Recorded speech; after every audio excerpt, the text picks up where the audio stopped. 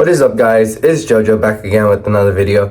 Today we're gonna go ahead and install the RVNG heat exchanger. Let's go ahead and get into it. Here is the front, and then here's how it looks from the top. You're gonna get RVNG, and then I opted for the one with the white spray paint in the front for RVNG. Alright, so first thing we're gonna go ahead and do to install the heat exchanger. Alright, so since I have an aftermarket intake, what we're gonna go ahead and remove, since mine is the front mount, we're gonna go ahead and loosen this, and then this one right here, we're just gonna go ahead and pop that out. That's gonna be out of our way, and then we're gonna go ahead and disconnect this MAF sensor as well. Alright, so the first thing we're gonna go ahead and do is just simply remove this by pushing it in and pulling back. That's it. And then for the other things, like I said, we're gonna go ahead and just unscrew these. Since mine is aftermarket, that's all I have to do, especially since it is a front mount intake.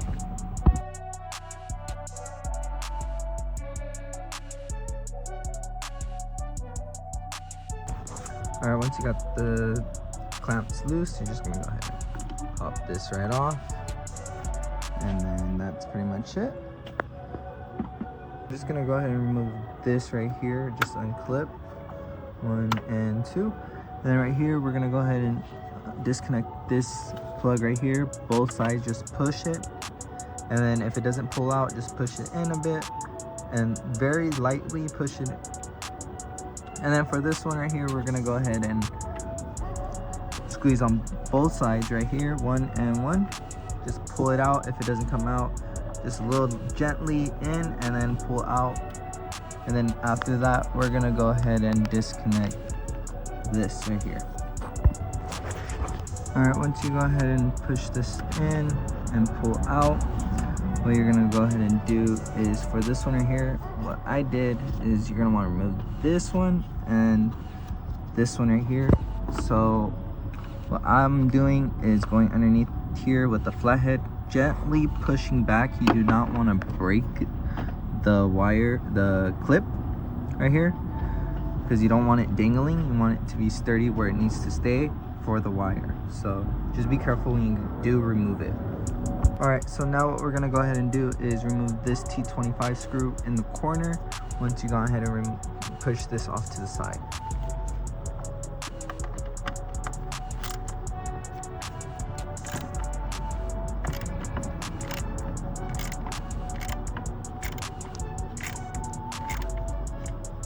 Right here on the intake side, there is a clip right here. We're gonna go ahead and get a flathead in between. We're gonna pull up on the fan so that way it can basically loosen up, as you can see. And then we're gonna go ahead and do it on the other side as well.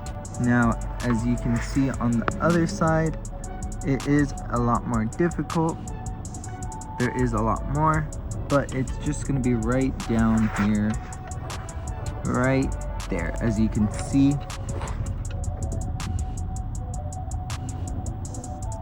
And there it is right there. So you're gonna go ahead and do the same thing right there and pull up on the fans, and then it should come right out.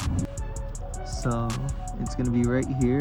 So you're gonna go ahead and push that on in, and then you're gonna pull up on the fan at the same time. It will take a couple of tries. That is the hardest one.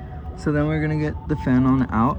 Just be careful with rubbing right here against this. I did rub a bit when I was removing it, but that's all it is. There's nothing holding it in. Just basically have to wiggle it on out, and then you just pull it on out. And now are basically gonna remove this part, all these nuts, and then we should be able to access our heat exchanger. This is gonna be T45, and then these top two ones are gonna be T40. T30, 30, 30, 30, 30, these two, and then T25 for these two right here. So you go ahead and remove the support beam. This is going to be symmetrical for this side as well.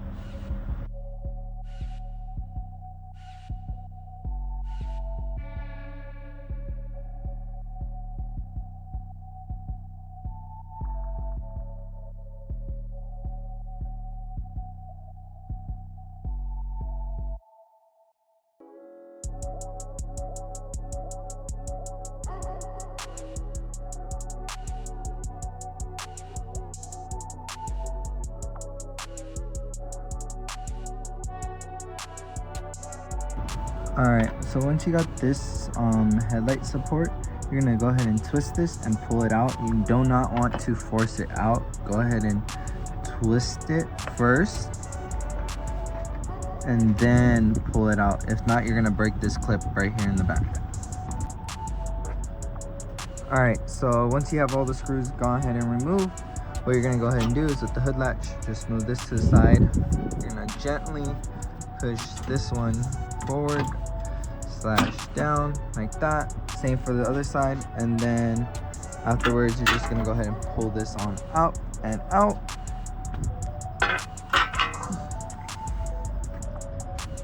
Now once we have this on out, we are going to be able to see our intercooler. So if you don't have anywhere to put the screws, make sure you reorganize them accordingly. And I do also put the Torx bits next to the ones according to the size. Take photos so that way you know where it belonged. If you're watching the video while going ahead and removing everything, when you do reinstall, just go back, or you can look forward while I reinstall the parts. Alright, so now we have 1 and 1 screw right here, so a total of 2. And we're gonna go ahead and use a T25 to go ahead and break these loose and take it off. Once you do that, this plastic part will come off, and then you can go ahead and see your heat exchanger. Okay, now that we've gotten those screws off, we're just gonna go ahead and pull this on up. And then here is our heat exchanger, which is very small. Take a look, and then you can see how bad and dirty it is as well, so that's good. We got a fresh new one going on in. Now that we have everything set up, we're gonna go ahead and remove this under shroud right here, and then on this second hose right here, not this big one, but this secondary one that you see, we'll go ahead and zoom on in. This one right there, as you see, is our lowest point, so we're gonna go ahead and loosen that one up and drain all of our coolant, because that is our lowest point for our heat exchanger. Our other one, our intercooler, it's going to be this one down here, but obviously we're not draining that one. That is if you're doing maintenance. It would be for the big one. We're doing it for the small one. So for that one, which is our heat exchanger, it's going to be this one, the front one. It's going to be the bottom one right there. And then we also do need to go underneath the car, remove all this bottom shroud, and go ahead and drain it and have your buckets ready. So you're gonna want to get a size 7 socket, and then there's gonna be a couple of these underneath for the under shroud, and then that's how you're gonna remove it. There's gonna be like these 3, 2 in the middle, and then again on the other side 3, so that way you can expose it.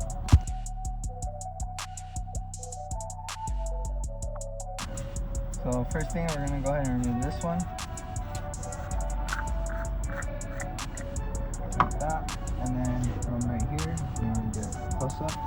The second hose, like I said, we're gonna go ahead and pull that one out, and then we're gonna go ahead and have our bucket ready to go ahead and drain it. There is a clip right here that we're gonna go ahead and pull, so that way we can pull out the hose and drain it, all the coolant. Okay, now that you go ahead and popped it off and drained your coolant, we're gonna go ahead and dispose of that properly. And then you do have to remove both heat exchangers, one for your radiator and then one for your intake manifold heat exchanger. We're gonna go ahead and see how to avoid all that. So now once you go ahead and basically remove this, you're gonna go ahead and remove this one, and then over here on the other side, you already gone ahead and removed it when you drained it, which is the bottom one. So with this clip right here, when you get it out, it went back in. It's not going to be the side ones, it's going to be up and down. So just going to pull it out, push it out like that. It's going to be easy, it shouldn't be rough. I learned that the hard way. And then you have that one, and then on this side, once you have that out, you're all good. Once you go ahead and basically remove the clips on both ends, you're gonna go ahead and pull this on out. Just wiggle it back and forth. It's gonna be a little tight. but you will eventually be able to remove the heat exchanger. Alright guys, so this is the OEM heat exchanger. If you want to get a little bit closer up, this is the original one. So right here on this side, and then also on this side is the clip that you do have to squeeze to basically pull it out. And then for a size comparison, here is the new rvngraceworks heat exchanger. If we do a side-by-side comparison, if you want to get the sides as well, and then this is a lot bigger, and then if you want to look at it from like up above, like the top POV, you can see how much bigger it is, and this will prevent you from getting heat soaks and just allow you to have better performance, and I believe it's IATs it is pronounced, so that way your engine can run a lot better at higher performance power. Alright guys, so for the heat exchanger right here on this side, and then on the opposite side as well right here, is where we're going to go ahead and connect where those clips were, and it'll just pop back into place. And then we're going to go ahead and put everything right back into the car, just like how we removed everything. Alright, so now that we have this big boy over here, we're going to go ahead and put it in. If you want to get a close-up of how much space we do have actually a lot of room. I can edit all of this. As you can see, we do have a lot of room in here to go ahead and fit this big boy in. Just be careful, you don't want to mess it up, ruin it. So we're just gonna go ahead and move this off to the side, and then we're gonna finagle it into position. And then, like I said, the clips right here, one, and then there's a secondary one right there. It will fit right here, one, and then the other one for number 2 is gonna be right here. So that's all we're gonna go ahead and do right now really quickly.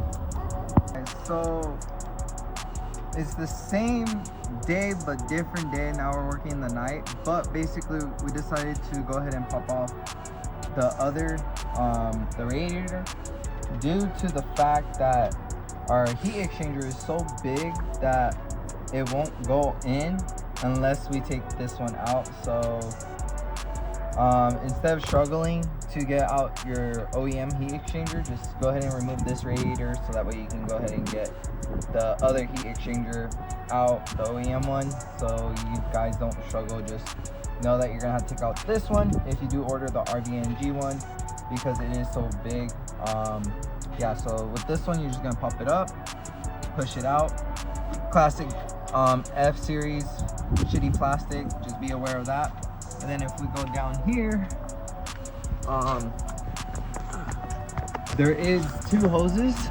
I'll go ahead and grab it. One right here, and then there's the other one right there, as you can see. So you're just gonna go ahead and pop those off, and then from there, just go ahead and remove your radiator.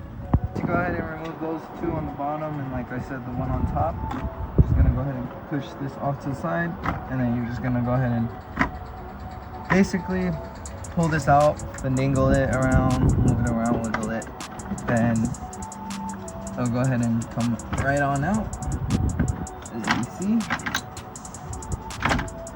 Let me figure this one out. Oh, don't forget this one on this side as well, as you can see. So you're just gonna want to make sure you also get this one as well. There we go. There we go. Go ahead and just simply remove this, and then we can go ahead and fit our new RVNG heat exchanger inside the bay right here. Alright, so now we're gonna go ahead and install the RVNG after we have gone ahead and removed the radiator. Don't mind the winter. So we're just gonna go ahead and just drop this gently into place.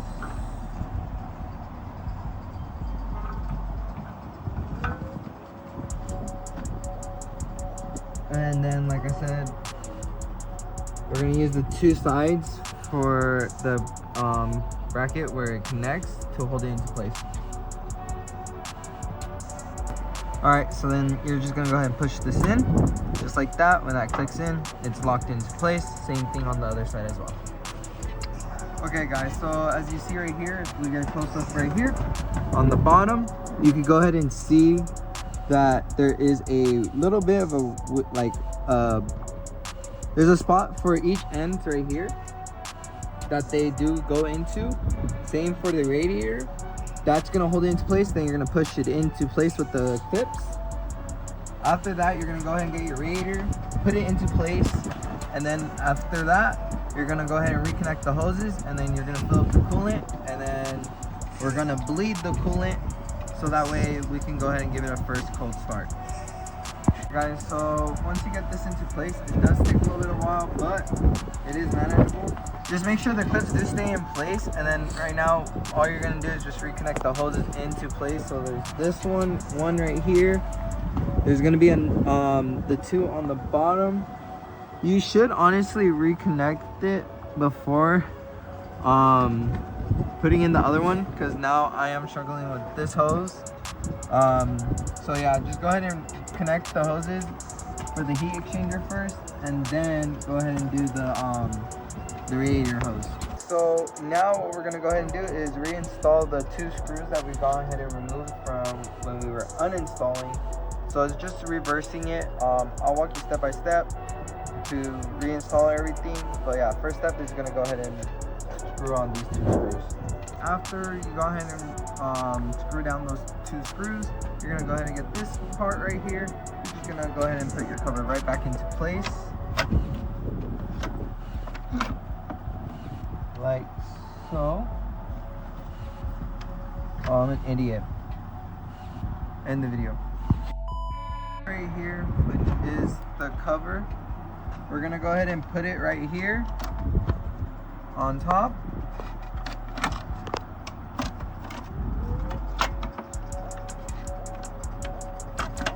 As so. And then we're gonna go ahead and put down our screws, and then we're gonna go ahead and screw that down. What we're gonna do is reinstall the hood latch cable to these two right here on this end, and then now all we're gonna go ahead and do is reinstall this part, screw down our screws, and then after that we're gonna go ahead and reconnect our air filter. Guys, so what we gone ahead and did was put the screws back into place. Hopefully you did organize them accordingly like how I did. So yeah, we gone ahead and put the screws back into place just as like it could fit. We can wiggle it around. Now we're just gonna go ahead and tighten these back into place, and then after that we're gonna go ahead and reinstall our fan, and then that should be it. And then we're just gonna go ahead and bleed it, do the whole process, and then reinstall the intake after you do the fan. Now we're just gonna go ahead and quickly reconnect this. Just wiggle it on in, just be careful. The fan is back in. If you want to get up close real quick, we're gonna go ahead and reconnect this connector back into its clips that we did remove. So if you want to get an angle real quick, we're gonna go ahead and connect it right there, and then one more right over here, so that way it can sit back into its original place. So right here, boom, and then the other one right there, and then we're just gonna go ahead and reconnect this connector to the fan. Also, you don't want to forget to reconnect your headlight support. The one screw goes on right here on this side, and then another one on this side, and then the same thing as for the other side for the headlight support thing. Alright, the last part is to basically reconnect the intakes. Now that everything is connected, once you have this connected, you're just going to plug it back into the sensor, and then we're going to go ahead and bleed our coolant for both tanks. The last thing that you're going to go ahead and do is just add the coolant, check for leaks and everything, and then if there is no leaks, you're all good. And then I'll show you the bleeding process if you don't know how to bleed your 340i. To bleed your BMW B58 Gen 1, you're just going to go ahead and press the power, turn the AC all the way high, you're going to step on the pedal, and then you're going to hear for a pump. Now if we come over here, it's working, and then you'll start seeing the bubbles come out of both of them.